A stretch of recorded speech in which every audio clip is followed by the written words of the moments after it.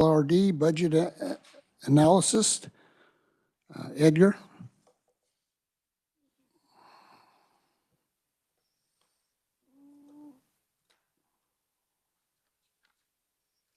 Good morning. Good morning. My name is Edgar Klein. I'm a fiscal analyst with KLRD. There are three documents before you today for the Historical Society. There is the budget summary with the pie charts. There is a yellow goldenrod piece of paper with the governor's recommendation, and another paper with the SBC's recommendations. I thought these might be helpful for when you make recommendations for the agency. However, I'll be starting with the budget summary right now with the pie charts. Drawing your attention to the first table, labeled expenditures by fiscal year and version, you'll note that this agency was approved for $5.6 million in SGF in fiscal year 2026, and they maintain this estimate and increase it about $250,000 for the agency fiscal year 2026. This increase, as you'll see in greater detail on the next page, is due to a few supplemental requests. Now comparing the all funds amount, we see roughly a $300,000 difference between fiscal year 2026 legislature approved and the agency estimate. This is mainly due to a rise in facilities and management and education outreach. This is shown in greater detail on the top of page 7. Now looking at the bottom pie charts, you'll note that the Historical Society's SGF budget makes up less than 1% of the total education budget, and again in terms of all funds. This is not to downplay the importance of the agency, it's just to simply give you context and a reference point. Turning to page 2, these are the highlighted changes in the budget. I'd like to point out the agency has submitted written testimony and goes into greater detail than I will for these supplements and enhancements. I will skip over reading these figures to you now, as I will address them later in my analysis section. I'd also like to point out there's a global motion in the SBC to delete all supplemental and enhancement requests. There was also a motion to delete reappropriations and appropriated funds excluding capital improvements, education caseloads, human services caseloads, and assigned counsel caseloads in fiscal year 2026. This is reflected again in that white sheet I have given out to you. Turning to page 3, you can see on the first table there's a line graph with a spike in both the blue SGF line and the green all funds line in fiscal year 2025. This is due to capital improvement expenditure, as you can see in greater detail on the first table in page 4. I will now be moving on to page 7 with the condensed expenditures tables and the agency FTE count. Pages 5 and 6 that I have skipped over contain a more granular view of expenditures broken down by classification. Looking at the expenditures by program table at the top of page 7, you can see that the majority of the agency's expenditures come from providing cultural resources, 34%, administrative costs, 19%, and education outreach, 14%. Looking below, you can see that there's an FTE breakdown by program. Note that there is a difference of 4.5 FTE from fiscal year 2026 approved amount and the agency estimate. This is due to their supplemental request of the museum and Curtis House opening. Now turning to the next page, page 8, you can find a breakdown of the expenditure by funds. The main takeaway from this is that SGF dollars are the primary source of financing for the agency. And while there are federal funds and fee funds collected, they only make up roughly a quarter of the money available to the agency. Below, I've listed the Historic Preservation Overhead Fee Fund. I have done so because this fund is one of the most wide-reaching, as it maintains historic preservation across many historical sites for the state of Kansas that might be of interest to you all.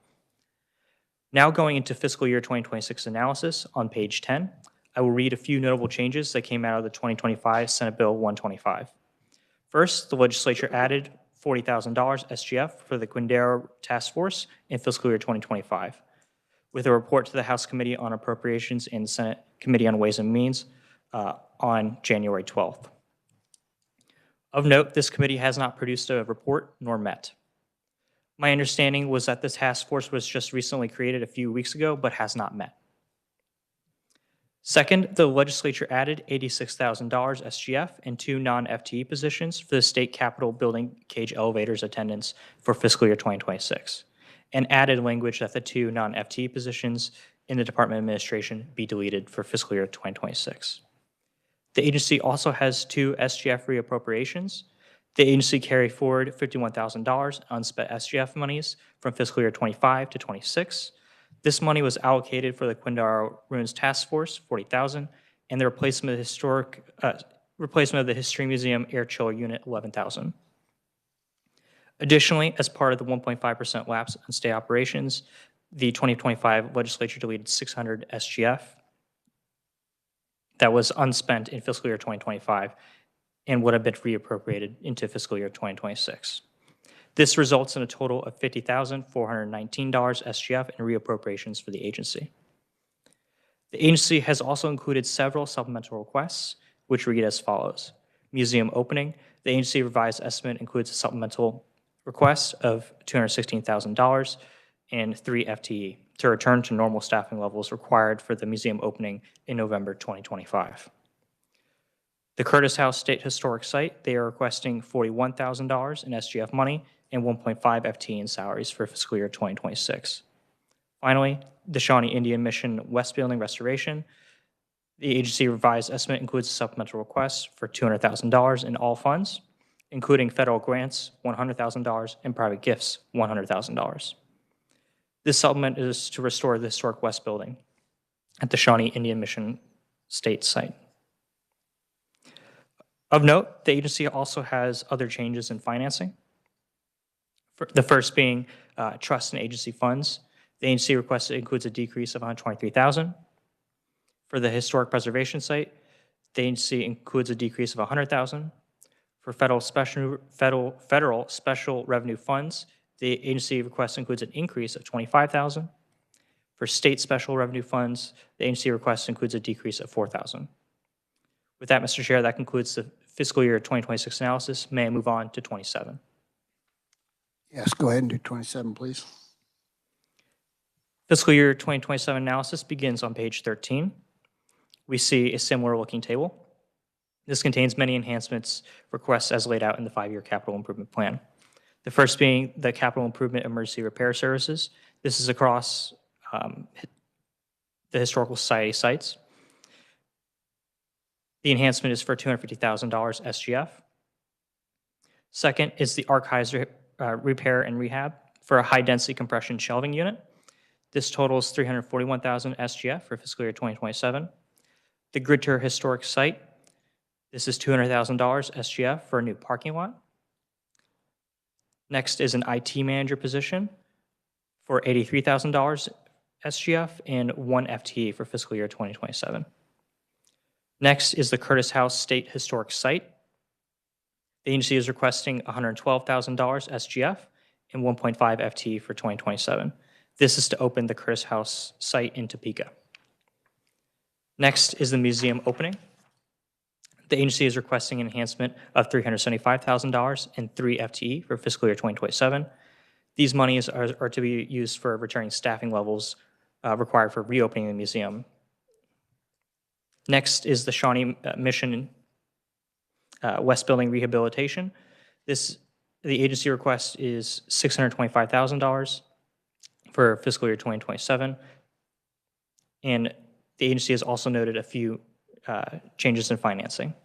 For trust and agency funds, the agency request includes a decrease of $162,000. For the historic preservation overhead fee fund, their agency request includes $91,000.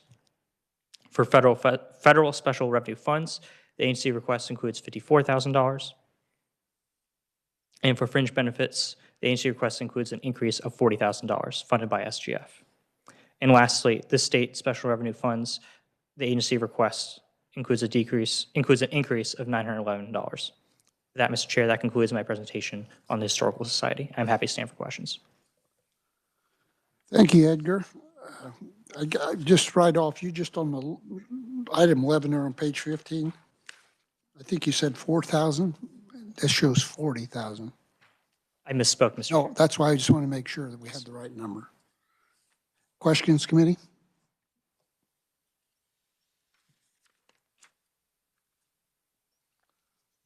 Senator Fagg. Thank you, Mr. Chairman. Thank you for your presentation. When I look at this stock crosses my mind. Do you collect any fees, you know, these historic sites, if we want to go see and they're open? Do they charge to go into those things?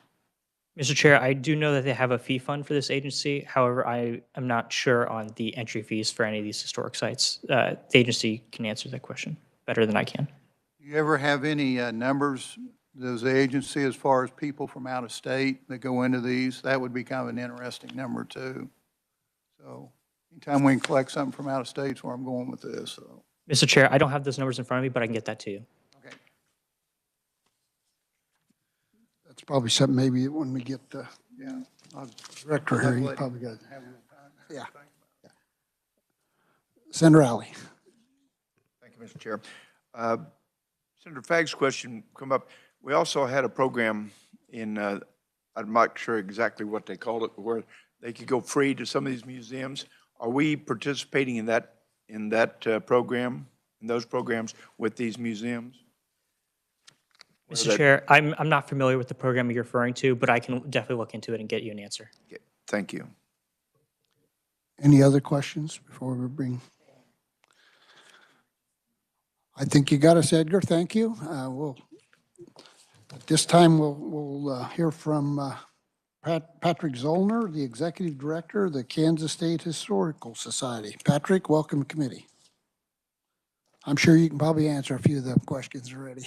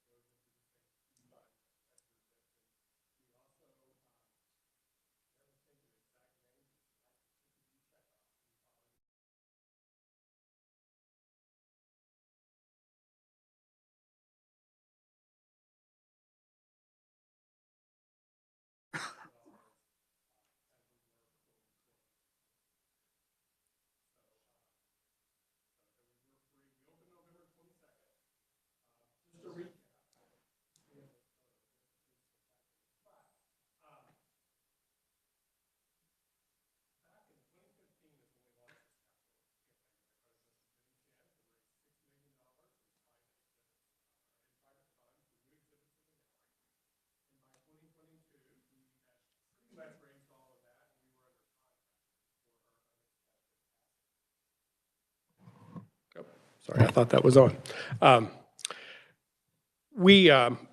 So we closed the museum in September of 2022 to begin the dismantling, I guess is the better word. And then we just opened November 22nd, and we were free admission because we were still trying to finish up, as often as, some of the exhibits. And we really had some record attendance. From November 22nd to the end of the year when we were free, we had over 20,000 people. And by comparison, in fiscal year 19, kind of the last full year before things went crazy in 2020, we had 24,000. So we have this huge demand to come see the new museum. So I guess I will move on. I had my slides to depict this. The Curtis House, this is the one where pictures that the original statute dated to 1986. And the 2024 legislature provided $300,000 to purchase it. At the time, the required appraisal, the owners were asking $750,000. They challenged our foundation to raise private money for the balance. Well, we ended up buying it for $300,000, and the other aspect of that, all of the interior furnishings, which were appraised at $46,000, the owner donated to us. So we closed last May. So we raised privately just over $140,000 in private funds, including a $100,000 grant from Federal Home Loan Bank over 2 years. So we have the funds for first-class exhibits, interactives, and educational programming. So the request for this is basically to open it up as a year-round site. Currently, we have 3 of our state historic sites are open year-round. That is Lecompton, Constitution Hall, Fort Hays, and College Mission and Council Grove, and then Curtis House, because we have all these school groups come here, tour the Capitol and the Dome. Then they can do Curtis House, they can see new docking. We think it's a pretty nice fit. So that is that request.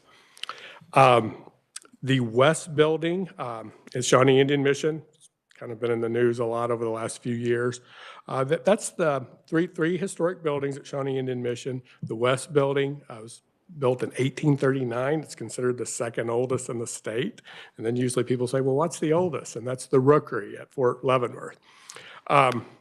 This hasn't been open to the public. Our caretaker lived there until the early 90s. And so oh, here we go. Yeah, no. And want me to just motion to you, or do I have a clicker? Okay.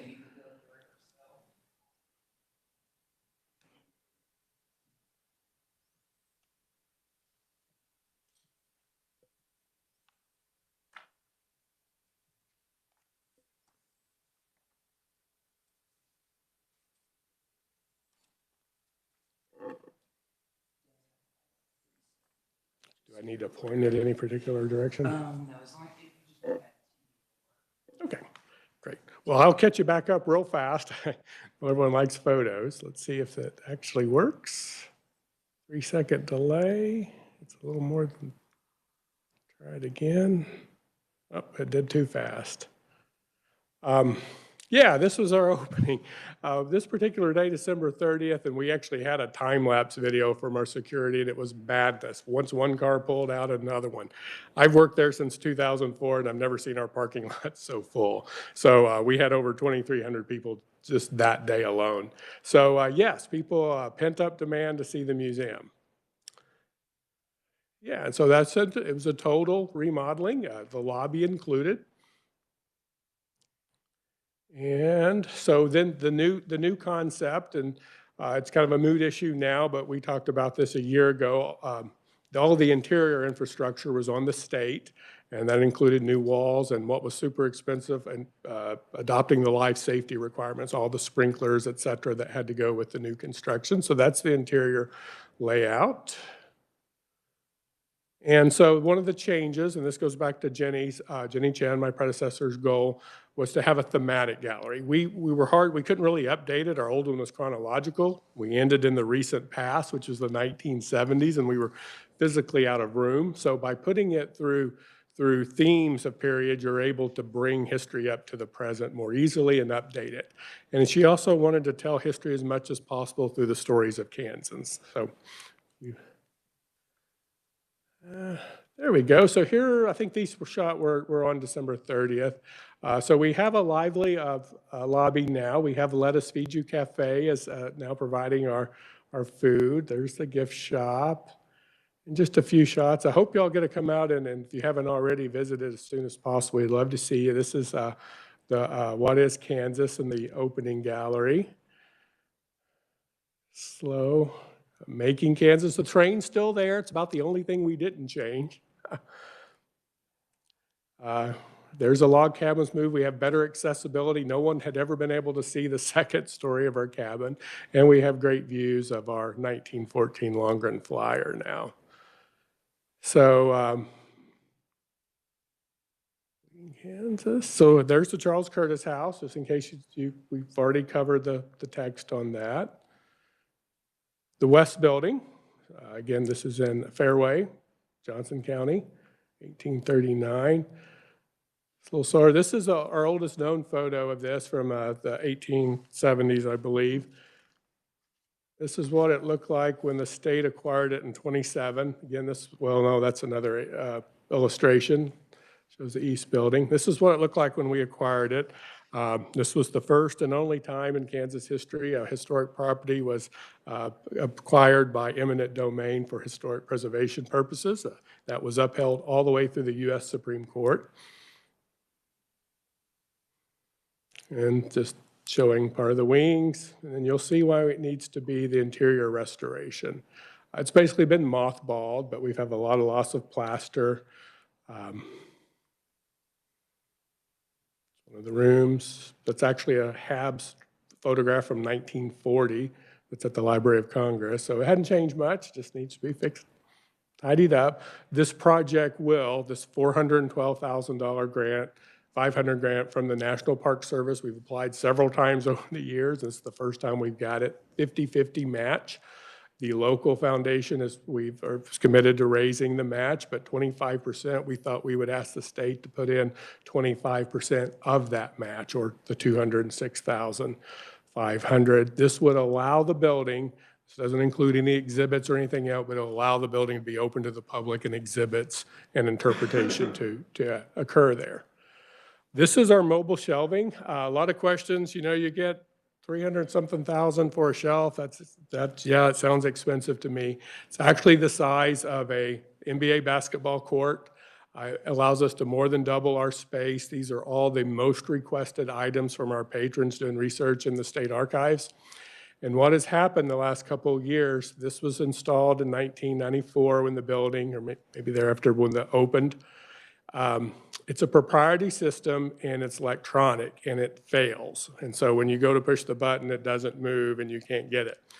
We were able to successfully retrofit the similar shelving in the archaeology lab with manual controls, but these are too wide and they're too big to go manually. So this will basically remove those end panels. We do have a kind of like a battery jumper pack when it fails, but replace the end panels, all of the controls, electric motors, and that keeps us from having to do something with all of those books to unload it for a new shelving system. So that's what that looks like. And if you're out here next week, we have a behind-the-scenes tour to show you these things. Grinter House, this is 1857, the oldest house in Wyandotte County. It became a state historic site in the early 1970s. This is one of those things that you hate to ask for because it's a lot of money, but what else do you do? The parking lot, I don't think has ever been addressed since state ownership. It's basically too far gone for just one of those chip seal replacements. We've had both private engineers and when KDOT was working in the area look at it. We also, this is how big it is, but we've looked at all sorts of ways to right-size it, to maybe make it smaller and cheaper, and we still will, but we have these feeder roads to the north from our Friends Group property where buses, you can see a school bus there, and then there you can see a little building where our ADA restrooms are. You have to do ADA, so if we can save any on that, we certainly will, but the $200,000 is to replace it as is. And that, thank you for your patience, and love to talk about history. I'll be happy to answer any questions. Questions? Senator Fagg. Thank you, Mr. Chairman. Thank you for your presentation. How many historic sites does the KSHS maintain? Well, we have some 57 buildings altogether, 600 acres, several monuments, a couple cemeteries. We have, and this is depending on how you count, because like some of that land Tobias, an archaeological site, we normally don't count it. So 16, 17 now with Charles Curtis House, 17 state historic sites. Go ahead. How's AI going to affect you in the future here? That's a great question. The industry has a lot of talking about it. I don't know if you have a particular interest in something like mine's like antique tractors, you know, and you're on Facebook and you see an AI generated thing and it's going to be wrong. I'm sorry. They mine everything that's out there and there's stuff out there that's wrong. We see ourselves as the institution that can correct and keep the record straight. So there may be some uses for AI. It probably could have written a lot better speech and presentation for me this morning. But for historical accuracy, our documents within our walls, our historical research is still the standard that AI grabs to use. Go ahead. When When you look at all these sites, does the city and counties help fund any of that? Yes, Because that's economic development. Absolutely. We have partnership agreements with several sites. Fairway does all of the staffing and operational costs for Shawnee Indian Mission. We actually have a three-way partnership with the city of Fairway and the Shawnee Indian Mission Foundation. Osawatomie does John Brown. Manhattan Riley County does the Goodnow House. Cottonwood Ranch is a private society up there that helps us run it. Did I mind? But anyway, we do those where we can, yes.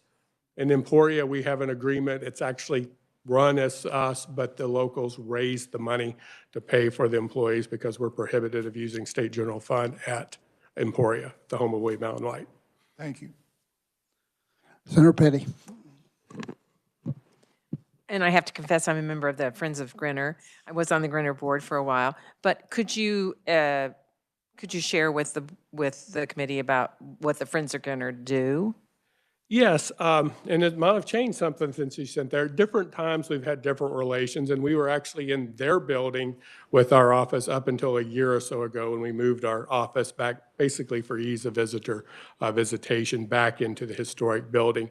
But the sites do various support. A lot of it's with tours and festivals where they hold the programming.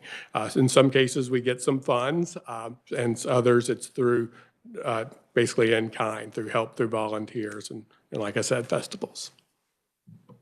And so, right, because at one time, I'll just use the Grinner House as an example. I'm sure that's true of other sites. There actually was a director there, and so based there, and so that you Right. It was a year-round site, and some years ago when they gradually they were taken down, and a year ago we asked to get it back because within the greater Kansas City metropolitan area, our potential is great. Our numbers haven't been that great, but the potential is, and that is, my long-term goal is to make them all year-round. When you're out not open, and you don't know when you're open, kind of out of sight, out of mind. But that's the reality. It's now a seasonal site and will open mid-April and close in mid-October. and during that period of time, school Yes. visits and Yes. and are those and how do you manage since we're talking about the parking lot or funding for the parking lot, Grinner? So from April to what is the period of time? I like mid-October. October. How do you manage? Is that done with volunteers then? We have a $9.99, a part-time staff member, and there's a minimal hours over the winter to check in on the place, and actually some scheduled tours. There was a scheduled tour, they checked with us. We will do that on the off-season if you contact us and we can work it in their schedule. A lot of them have other jobs too, so it makes it kind of hard. And then I'll just, because the question came up about the summer program, and I'll, as with Senator Alley, I forgot the name of it too, but it's The one reduced. that Commerce did? Yeah. Yes. Right. We participated both years. Because we were free, we didn't actually get any money from it. A little bit from some of the rural ones. We participated. We tried to for all other initiatives like that, but it wasn't a significant influx of funds. Thank you. Anyone else have any questions? I guess I have one. It seems like you do get some pretty good donations, and I really like that. Do you have like a donation box at every one of these? We do. We try to come up with neat ones. We have one right now at the museum. But yes, each site does have a donation, and we try to, there's a couple models. We've done research. There's the passive-aggressive suggested, which might work better, but we say donations greatly appreciated. My philosophy is try to make Kansas history as accessible as we can. And we are having to charge for the museum now because, well, Matt tells me we're broke. But yes, as much as possible, we want to make it accessible for everyone.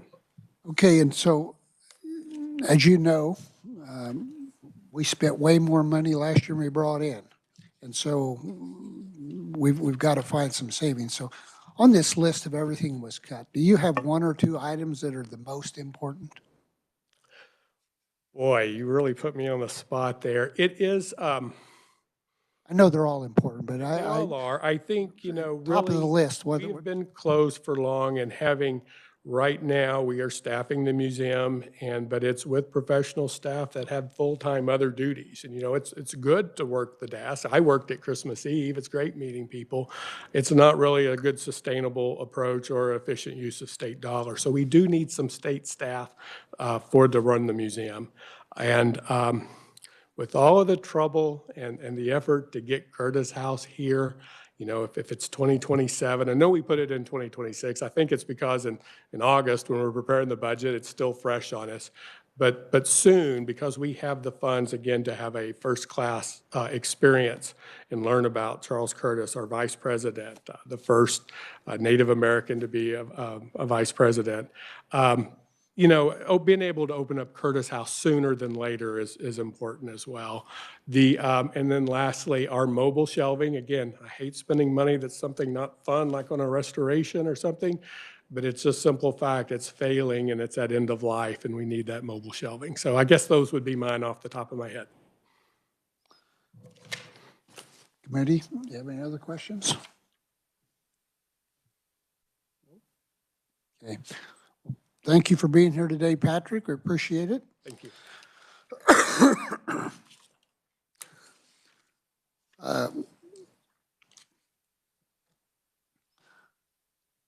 What's the thought of the committee?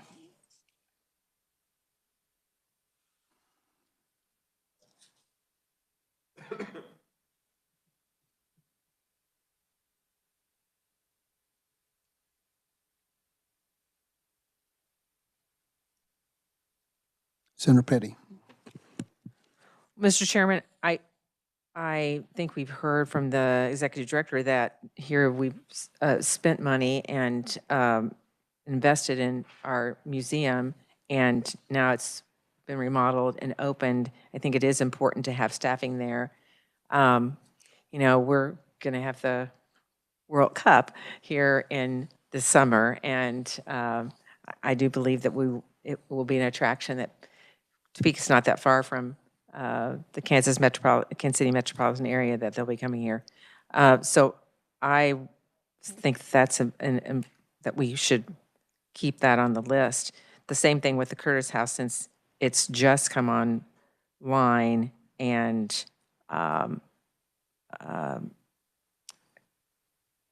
it was something, and a lot of money has gone into that. I know we heard that with the, I guess I might ask the question, since the Shawnee Mission West building rehabilitation, there's federal funds involved there. And so my question would be, if we don't put in any state money, are we going to give up on that? I think it was $400,000 coming from the feds. And as was mentioned, the State Historical Society has made many applications. This is the first one. So we have 3 years. Maybe we were talking about there might be a little bit extra time to do the grant project. We have committed fundraisers. It will be a little harder. We have enough money to start now with architectural, so we would continue with the project. It just might be racing down to the wire to raise the matching funds. So it could wait for a couple of years. Okay, thank you. And the last thing I will mention the Grinner House, because it was mentioned it's the oldest house in Wyandotte County, but there's a lot of history involved with that as one of the first crossings for the Kaw River, and the historical significance with relationship with the Indians in the territory of Kansas at that time. So I would hope that we would look at, if not the 200,000, putting some money towards that, so that the Friends of Grinner could work on raising those matching funds. Senator, I might suggest something. Way out west, we kind of have to do with less. And maybe we could work with ks.gov and get these asphalt shavings that come off the highways. We've done that a lot in different parking lots in Goodland, in Colby and Oakley, all over out there. But it's a product that KDOT has that comes off of highways. And what's already there is probably a fairly decent base. And if they would add 5 or 6 inches on top of that, that might get by for a long time. It's just something that might not cost much, especially if they've got some of that in that area. I don't know where this is located, but I would suggest that maybe we talk to KDOT and see if they would have some of those millings, in that area. But I think it'd be a good alternative. Well, I think even if there's some millings, there's still a cost involved in making that occur. And if you looked at the pictures, you saw the condition of the current access to the property. So that would still involve some funding. Well, it might, but I would talk to KDOT. I'd be more than happy to do that and see if they might have equipment in that area sometime where they could maybe provide that. This is a state project and they work for the state. Maybe we could work that in on something. Senator Fagg. Thank you, Mr. Chairman. There's no question this is worthwhile stuff. We got choices. And that's the tough part of this thing. The thing that catches my eye, one thing we've tried to do is not increase full-time FTEs. If there's some way that a person could work. I know I've been around museum in El Dorado. They got a lot of volunteers. And you get somebody that lives in that town, cares about that. They're kind of a neat person to tell the story. It's a want to, not for wage kind of thing. So that kind of crosses my mind in this conversation. That's what I would put to this. The other thing is rehabbing versus repairing. I worry about if you have a building that's leaking, it's going to destroy a bunch of stuff. We've got to do things with that. And if we got one that's kind of put together, I don't know if this is the right time to be improving those kind of things in this kind of budget process. So that's just my 2 things there. Thank you. Senator Alley, you have some comment? Your capital improvement emergency fund is, right here, it says add 250,000. What is the balance in there today?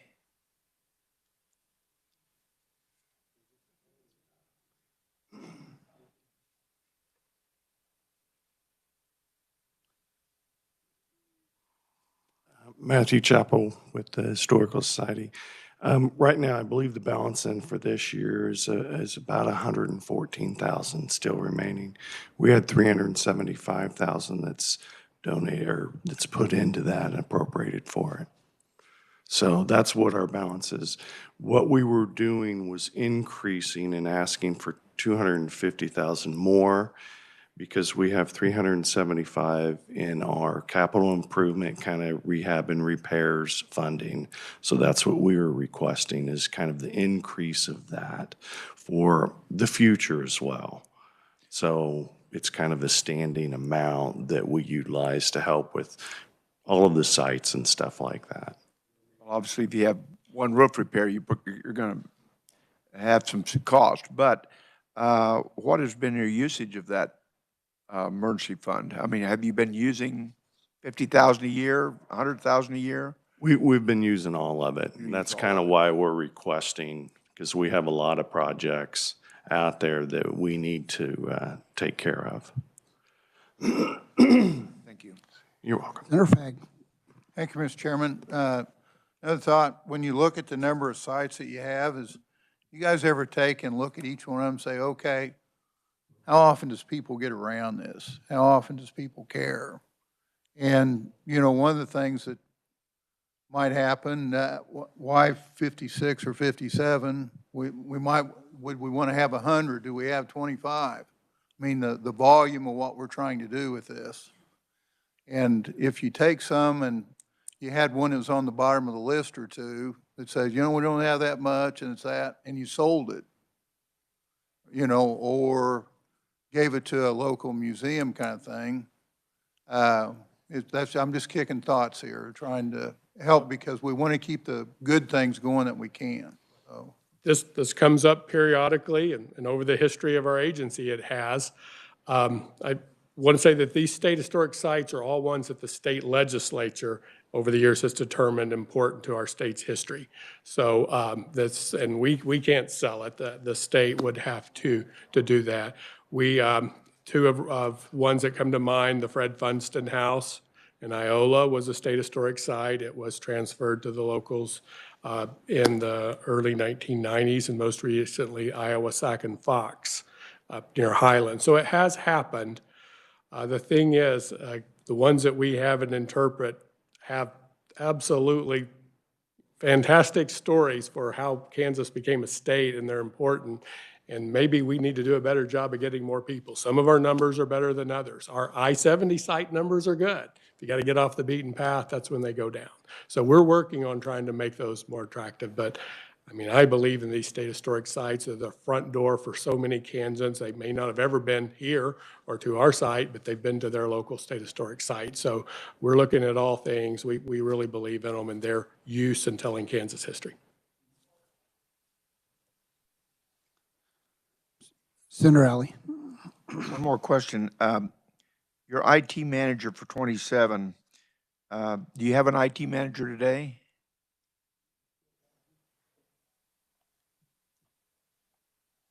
That would fall on me. Okay. So that would be one of my responsibilities. And like I've mentioned before, I am not an IT individual. I did take some programming way back in the 90s, but that sense has gone to the wayside. My question is, could you get a halftime? Would that help? Yeah, anything would probably help in that arena to help support that and kind of that management of all of our IT stuff. I do know that this committee, not this committee, but Senate Ways and Means Committee will be reviewing the OITS. Have we asked them for help? We have been working with them on multiple things in the sense of managing these kind of projects and some of these things and looking into it. We have not directly, or I have not directly, but I do know we work with them a lot on a lot of things, a lot around security and stuff of our records and things like that too. You have a scope of work that this IT manager would be tasked to do? I do, we do have kind of a list of things, yes, I do have that. My thought process here is ask them to help you. I can do that, Senator. And maybe they would include that in their budget. So, Okay. thank you. Yep. Senator Fagg. And kind of going what Senator Alley's saying there, the local schools like Washburn Tech, or there might be, some of these kids today can do a lot more with IT than we can give them credit for.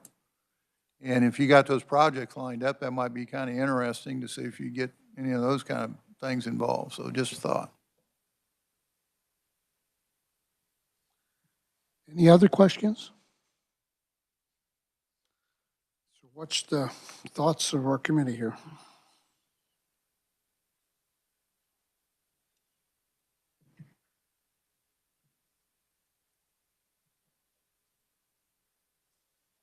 Senator Alley.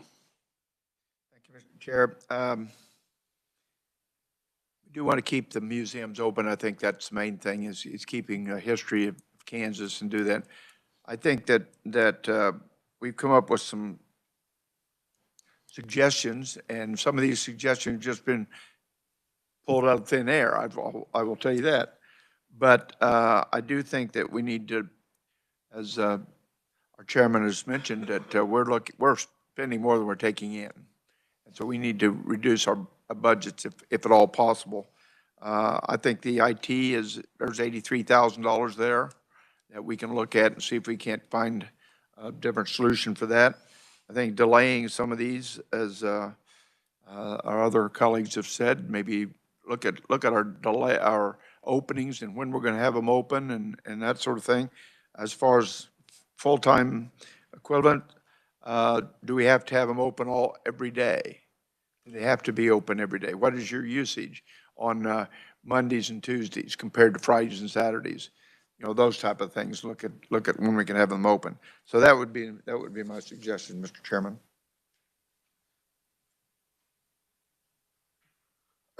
So when you said keeping the museum open, you're saying we should make sure we have the staffing? Is that what Make sure they have a staff, but maybe we don't open them. Maybe don't open them on Monday mornings when nobody shows up. Yeah. Senator Fagg. Since we're just kicking ideas around here, what if we adjust the bottom line and let them decide their choices of what's important? We did, we asked him, he gave us the top two, Yeah, but, three. yeah, but whatever their budget has been, maybe a 2% cut, and you decide what areas is important. Yeah.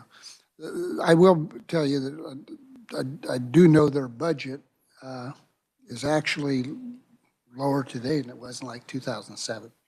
Okay, that's a good point. Yeah, that's a very good point. So I just, I think, I agree with Senator Alley, we should at least staff the museum, keep it open, and I think if we could work something out on some type of funding for Curtis to get that thing started, I think, to me, them are the two main things that need to be addressed this year, and then our suggestions, and maybe we'll think of some other stuff later, and we can share them with Patrick that, like the parking lot, or like you said, OTIS, or maybe Washburn Tech, or, things like that to help save us.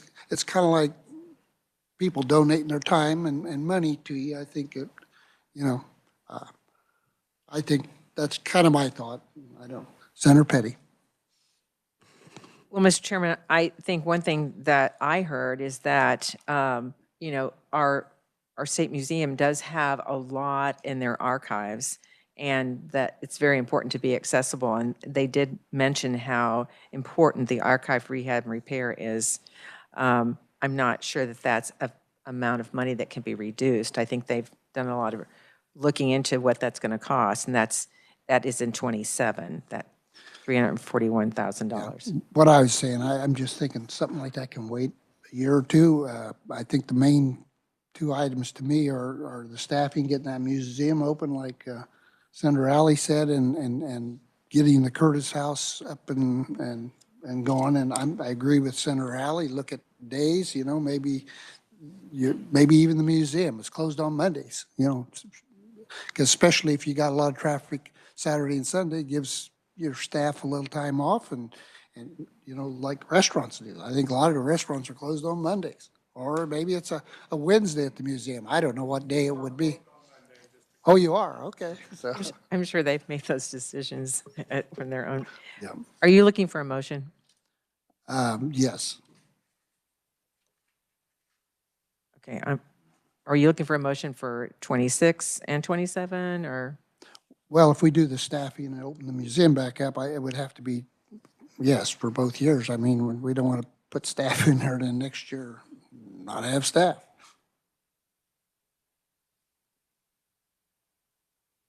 Well, I'll go ahead and make a motion. So looking at FY 26, including the funding for the Curtis House and the museum opening, do you want to vote on just 26? With 26, and go ahead and add 27 if you want. Okay. Because like I said, I don't And then- want to do just 1 year on that. For 27, it would include the Curtis House funding of, and the museum opening, the staffing, as well as 45,000 towards IT management, to take that down to half. Well, yeah, and I think Yeah, I think a suggestion Senator Alley had, maybe we won't even have to fund that if we could, and we can, we give Patrick time between now and the time we have our final budget decisions that if you can find some kind of solution with Washburn Tech, or when you do the Otis budget, if you can get that put in there. And if not, I guess when we do our whole budget, we can get the whole committee here and we'll say, listen, we took time here and we wanted them to look at some options and try to do this without spending any money. I think we probably got a good shot at doing that. And if not, we can add it in then. Senator Fagg. I'm Okay. not finished. Since we got something on the floor, as a minute. And keeping in $50,000 for the Grinner House. I know none of you have been there. Put but what now in the Grinner House? Grinner House, it's 27, 50,000. And then that would give them the ability, as you mentioned, about looking for to work with KDOT to be able to address the parking lot issue. Okay, that's your motion? Yeah, so it's Curtis House in the museum in 26 and Curtis House and the museum in 27. I will leave the IT out for now to be looked at with the full budget committee, and $50,000 towards the Grinner House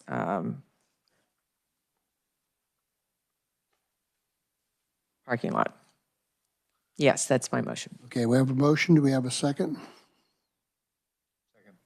Second by Senator Alley. Discussion.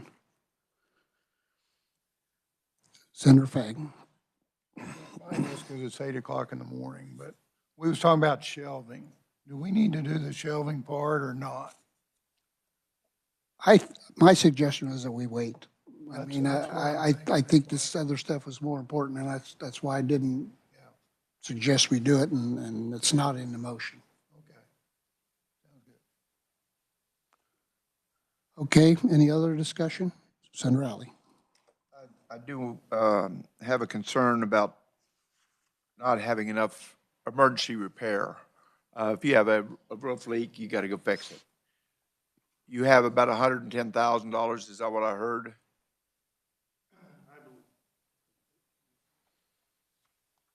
It seems like the last that I'd looked at it in that account, I think it was at about 114,000 for FY '26. That's an annual allocation of 375 a year. So How much you've spent of that, or is that how much you have left? that's how much we have left out of the 375. Out of 375 is what you're getting now? That is correct. Okay. Yes, sir.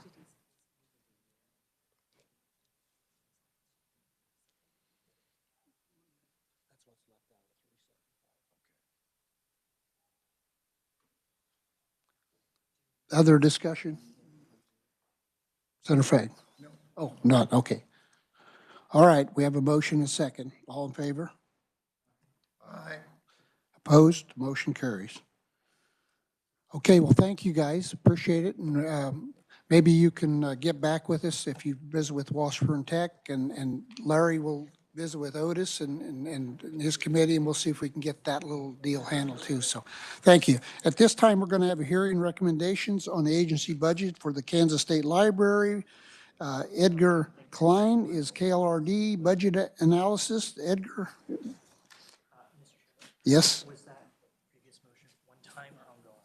What's that? For the repair, was that on time or ongoing? We did the state staffing for the museum. Okay. That's ongoing. Curtis House staffing is ongoing. The repair was only this $50,000 parking lot. Okay. That's a one-time. I thought you were adding for the emergency repair fund. No, he didn't add anything.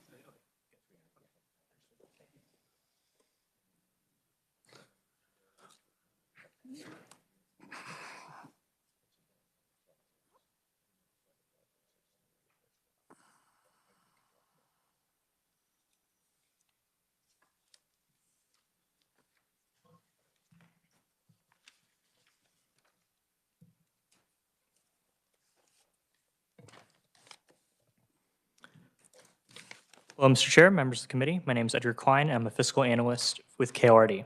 Today, I'll be reviewing the State Library Budget Summary. Once again, there are three documents in front of you: the budget summary, the SBC recommendation, and the governor's recommendation in yellow.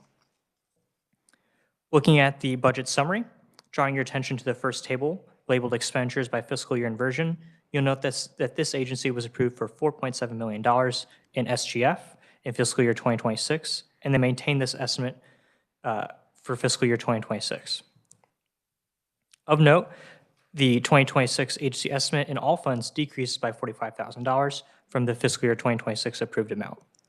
Additionally, there's an increase of almost $500,000 in the agency's fiscal year 2027 SGF budget and all funds budget. This, as you'll see on page 2, is due to an enhancement request. Turning your attention to page 3, there is a line chart with a blue SGF line and a green all funds line. Most notably, you can see that there is a spike in fiscal year 2025. This is attributed to a rise in aid to locals, salaries and wages, and contractual services spending. I will now be moving on to page 7 with the expenditures by fund table. Pages 5 and 6 that I have skipped over contain a more granular view of the expenditures broken out by classification. Note that the State General Fund makes up 70% of the agency's budget, and the remaining 30% is federal assistance. I've also noted that the agency's largest funds outside of SGF funding, the Federal Library Services and Technology Act, or LISTA. I will not read it, however, it is a fund that deals with statewide information sharing, database subscriptions, and other services. Now beginning the fiscal year 2026 analysis on page 8, I will give you some brief context to the changes made as a result of SB 125. The 2025 legislature passed and the governor enacted one bill appropriating and adjusting funding for state agencies. The select appropriations for this agency include the 2025 pay plan. The legislature approved $35,000, including $27,000 SGF, to provide salary increases for the state employees. The 2025 legislature also approved an SGF lapse in fiscal year 2026. For this agency, this totals a decrease of $45,000 in SGF in 2026. Also, the legislature deleted $486,000 and deleted language regarding a base amount given to base amount of $1,000 to each library and the base amount for each library system in fiscal year 2026. There are also a few notable reappropriations. The agency carried forward $126,000 in unspent SGF monies into fiscal year 2026. This money was allocated for the following operating expenditures: $110,000, grants to libraries, library system talking books, $4,500, and blind information access program, $10,800. The 2025 legislature approved a 1.5% SGF lapse within state operations in fiscal year 2026. For this agency, this totals a decrease of $1,900. There are also a few notable changes I would like to highlight. There was a federal funds decrease in the amount of $44,000. This concludes my 2026 analysis, Mr. Chair. May we move on to 27? Please. Fiscal year 2027 starts on page 10. The agency notably has a few enhancement requests. The agency is requesting an increase to the state grants and aid provided to public libraries and regional systems of cooperating libraries by $483,000 from the State General Fund. This increased aid would allocate $1,000 to each legally established public library, totaling $322,000, and a total of $161,000 to the regional library system of cooperating libraries. The agency indicated that this base helps address the needs among smaller community libraries that are not being met by the current per capita basis. All of these requests have been deleted as part of a motion made in the SBC. Additionally, there's a state courier subsidy. The agency requests an additional $96,000 from the state general fund to aid local libraries to subsidize the cost of a courier service that allows libraries to share materials to meet their community needs. There were also a few notable changes in financing adjustments for salaries and wages. There was an overall financing decrease of $108,000 due to leaving a position unfilled and unfunded following the resignation of one employee due to the lapsed funding. In contractual services, there's an increase of $151,000, primarily due to database access fees and electronic resource licensing charges. In all other adjustments, we see an increase of about $24,000. This is largely due to an increase in federal financing for aid to locals, $162,000. And on the final page of the packet, there's additional context to the state grants and aids to libraries you might find useful. Thank you, Mr. Chair. That concludes my presentation. Happy to stand for questions. Thank you, Edgar. Questions for Edgar?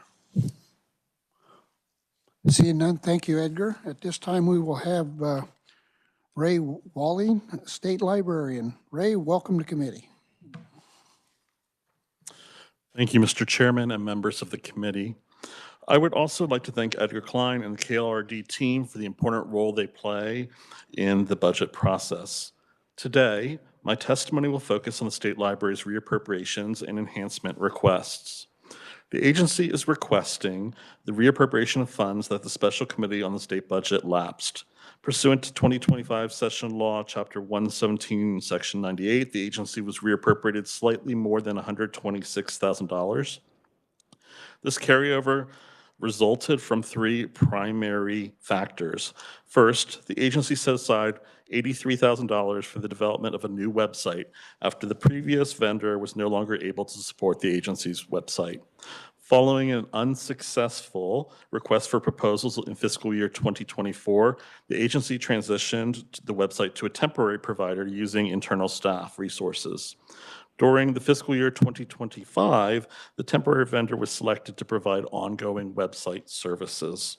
So we didn't need the $83,000 to move to another website for the migration, for creating the whole background and the infrastructure of the website. Second, the agency expended nearly $40,000 less than anticipated in salaries and wages due to position vacancies and changes in salary rates for new hires. And third, the agency spent $3,238 less than projected on other operating expenses across three different budget units. After accounting for the 1.5% lapse, the agency's fiscal year 2026 budget proposes to expend these funds in the following manner. $64,870 is allocated to the state courier program in order to bring agency spending in alignment with the 25% target that's established in the agency's strategic plan as approved by its board. Second, $44,071 is allocated for the addition of digital book content focused on fiscal literacy, health literacy, data literacy, and personal development that would benefit all Kansans. Third, nearly $11,000 is designated to expand the Kansas news coverage that's in the Blind Information Access Program. And finally, just over $4,500 is allocated for advertising supplies and equipment for the Talking Books division. Both the Governor and the House Higher Education Budget Committee have included the reappropriation in their budget recommendations.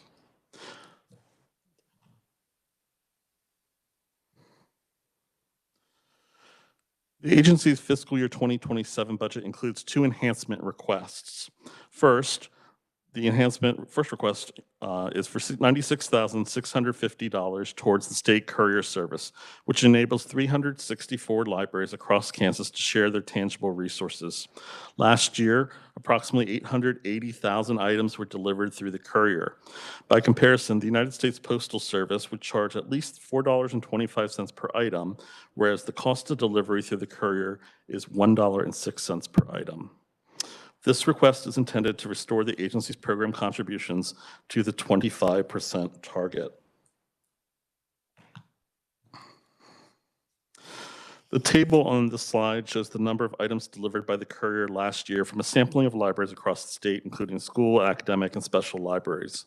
Melissa Hipp, a school librarian in McPherson, summarized the value of this service when she wrote, "The ability for libraries to share materials via interlibrary loan is the cornerstone of access to our small town. Thanks to these programs, I'm able to open an entire world of information, exploration, and entertainment to my students and faculty. They're not limited what's in our building, district, town, county, or even state." The second enhancement request is for $483,000 for the State Grants and Aid to Libraries Act. On the screen, you can see appropriations for the program dating back to fiscal year 2000. After a significant decline from $2.8 million to $1.1 million, an increase was provided in fiscal year 2025 to include a $1,000 base grant per eligible library, along with an increase for the formula-based portion of aid. The base grant was eliminated in fiscal year 26. This slide displays two bars. The top bar shows the percentage of state aid distributed by service area population in fiscal year 2025, excluding the base grant. The bottom bar shows the percentage of libraries that fall within each service area category. For instance, the orange section of the top bar shows that libraries serving populations less than 500 receive 1.1% of total state aid funding for local libraries. The orange section on the bottom bar shows that these 94 libraries represent 29.3% of all Kansas public libraries. The red bracket highlights that 8.5% of aid for local libraries is distributed to libraries serving communities with populations under 2,500. Yet these 232 libraries account for 72% of libraries in the state.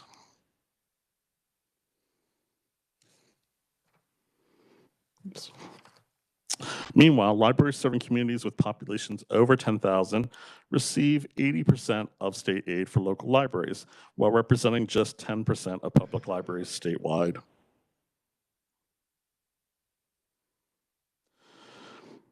If you look at the bottom bar on the slide, you will see that the highest amount received by a library within each service area category.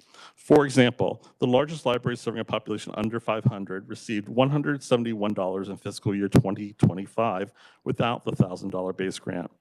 Overall, more than 72% of libraries received less than $1,000 in state aid without the base grant.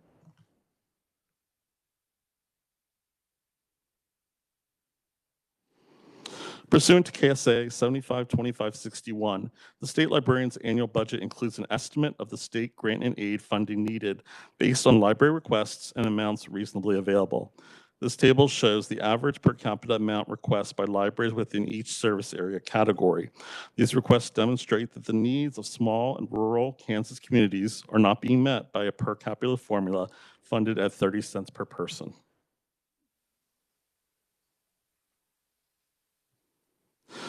Based on this demonstrated need, the agency is requesting the restoration of the $1,000 base grant per eligible public library in fiscal year 2027. These funds will support local libraries as they serve constituents through education, including homeschool support, wellness initiatives, professional development, entrepreneurship, and community engagement. Yesterday, the Director of Budget mentioned that 4 key themes emerged during the Governor's People's Budget Listening Tour, one of which was to restore full funding for state libraries' state grants and aid program. Over the last 3.5 years, I've had the opportunity to visit libraries across the state from Johnson County to Sharon Springs. One of the questions I ask library staff on my visits is, what is the one thing you want me to take back to Topeka to consider in my daily work and interactions with the legislative and executive branches? During a visit to the public library in Florence, Kansas last month, the library director responded simply to remind decision makers not to forget about the small libraries in our state that are struggling. The state library encourages this committee to include the state aid enhancement in their recommendation. And at this time, I'm happy to answer your questions. Thank you, Ray. Questions? Senator Alley. Chair, Ray, one of the questions that I had was several libraries in my communities are in schools. And so the public library basically is the school library. The couriers go to the school libraries? So schools are eligible to participate, as well as higher education institutions are eligible to participate. So they can choose to participate if they want to, and there are some schools that do. Are they participating in the expense also? Yes, they would owe a certain expense depending on the region that they're in the state. Some of the regional systems also provide some compensation to help support libraries to participate, as well as there is a program, as part of this program, there's indirect service where the courier doesn't stop at a certain library, but instead that library sends someone to another stop to pick up their materials because they have so few materials that come regularly that it's not worth the extra money to do a full direct stop, but maybe they can go to the next community over and then and get access that way, if that makes sense. My question, are they participating in the funding also? The indirect libraries, that would depend on what the arrangement is with the direct library.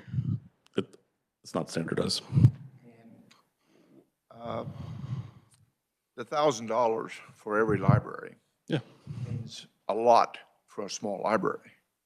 With 300 people in their city, and you get 30 cents per person, is what that formula said, doesn't mean a lot.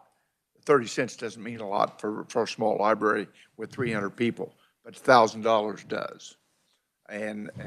But on the other hand, like Wichita, with 500,000 people, $1,000 doesn't mean a lot. So I think we need to think about that formula. How are you, what are you suggesting there, Senator Elling? Well, we put the $1,000 in last year, I believe it was. Was that what? 2 years ago. 2 years ago. That was put in so that at least the small libraries could function with the $1,000. But adding, we went from 28 cents to 30 cents, at 2 cents per person with 300 people in your district, doesn't add a lot of money to the library. It doesn't keep the library open. Senator Petty. Well, I would, just as you mentioned, that was our position. It didn't pass, the $1,000 per library. So I very much support the $1,000 per library. And as we've heard, the courier system is a way that everybody throughout the state is able to profit from what is available through our library system, and probably the ones that profit the most from that are our smaller libraries. When you think about, as was mentioned, that it costs through the courier system $1.06 for an item to be sent out, as opposed to if you want to mail something, it's not going to cost you $1.06. So these two items I think are absolutely vital for our public libraries. And I think it is important to not confuse our public libraries with our school libraries. They're separate. Senator Fagg. Thank you. Thank you, Mr. Chairman. Thank you for your presentation. One thing that caught my eye, 75% of Kansas public libraries receive less than $1,000 or less than $1,000 under that. 75%. So I am totally in support. I thought we worked hard on that baseline. We need to take that position again because that needs to be corrected. That part, the courier part, do we get money now on courier service?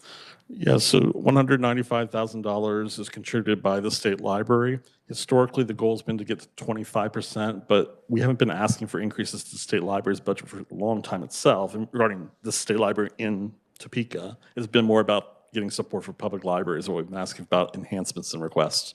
So what I'm saying is, we haven't been able to keep up with the increase in inflation for that service, as well as there's a new contract that was negotiated as part of an RFP that raised the cost slightly as well. So that's why we're seeing that over the years, we're being able to pay less of that 25% that the goal is, if that makes sense. So you're saying, how are you covering that cost now? Well, we're staying flat at this point, and then we're falling behind when our goal is 25%. If we're paying the flat rate, that means we're paying less percent each year towards the amount, if that makes sense. So Should we be paying for that, or should the person that's ordering be paying for that? So by statute, the state library and its board are responsible for organizing and supporting programs of interlibrary cooperation and interlibrary loan resource sharing. That's in statute. So I believe we have a role to play in it. I don't think we have to pay the whole thing, and that's why I think we've stuck at that 25% goal and letting the libraries pick up the other part of the funding. Senator Alley. Maybe I'm confused, but our public schools can use and do use the courier service. Is that correct? They can participate. Not very many of them do. There are a few that participate. And they do not pay. Is that correct? They don't participate in the They would likely have to pay something. It depends on which regional system they're in and if they compensate them partially for that.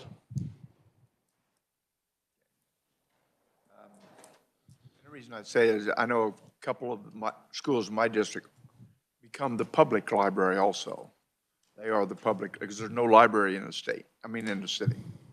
And so if they're participating, they ought to be paying, is what I'm trying to say. Maybe we could get some help with the courier service, could be, maybe our public schools that use the system should be paying for it.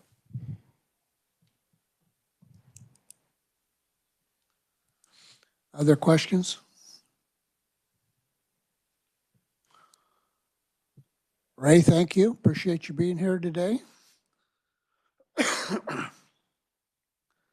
Committee, what do you think?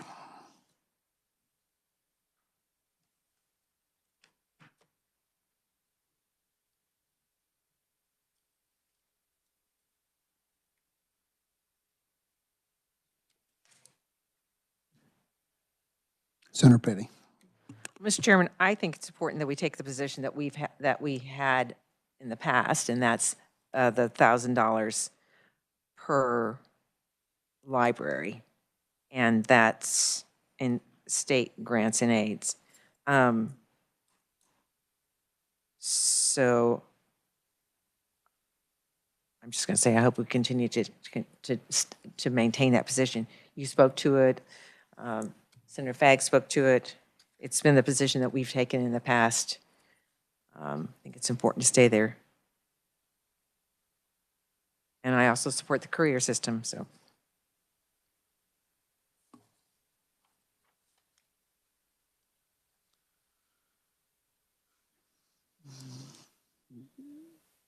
Senator Fagg? I'm with you, that courier service I could do without, but I definitely keep it.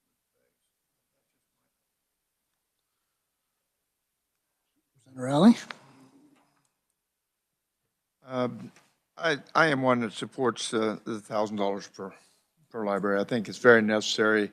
If you go to the small towns, that's their meeting place, and they keep that open. So I'm all for the keeping that. The courier service, I think it's important. They do get books that not all of the libraries have to have this particular. They can get it within a week or whatever the time frame is in delivery. So I think the courier service is necessary, that we continue that. I just think there could be some sharing of the cost with our school system. Okay. So someone want to make a motion? Are you okay, Senator Fagg, with the courier? We all agree on the $1,000, so it's just whether or not, what do you think on the courier? How did they come up with that number on the courier? Was that based off last year's deal? Ray, would you answer that, please? The courier is based on the contract amount, so we know how much both last year was and what this year and the next several years will be. So I looked at what the costs were and what the projection was that the State Library Board reviewed and used those numbers to come up with 96,000. Have they lowered it any since gas is under $2? Yeah, so actually, gas is an addition when it goes above $2.75, something like that. Like, there's an actual appendix where if gas goes above a rate, then they add more to the contract. So the last couple of years, gas has been significantly higher. Like right after the pandemic, I think the following year, gas went up significantly, and that additional charge kicked in. It's come down since then, so it's not as big an issue. So will they lower this now that gas is under $2? No, we're back to Back to the standard basic contract. If it's and slightly no above, we might have a little additions, bit okay. extra, but yeah. And so this money that we're asking for is because you've been doing this and continue to do it, but you've fallen behind because they've increased the contract to you, the charge contract, and you haven't received any additional funding from the state. When was the last time you had some additional funding on the courier? I do not have that information in front of me. What I can tell you is when I started 3 years ago, I think it was at 190,000. I think I bumped it up to 195,000 in the last couple of years, but I can't go any higher than that, and that's still below the 25%.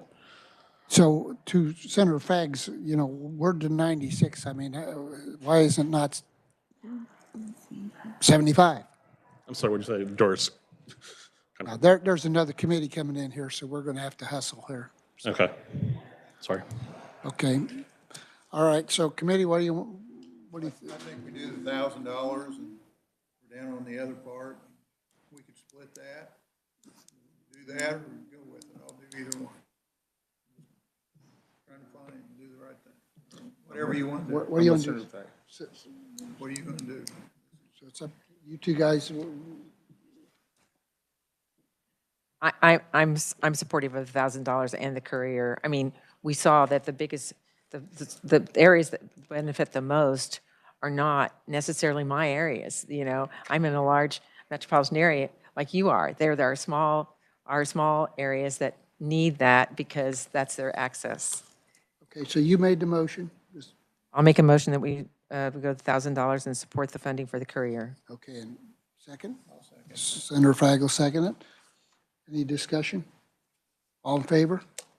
Aye. Opposed? Okay, motion carries. Thank you, committee. That concludes our work. Thank you all. We are adjourned.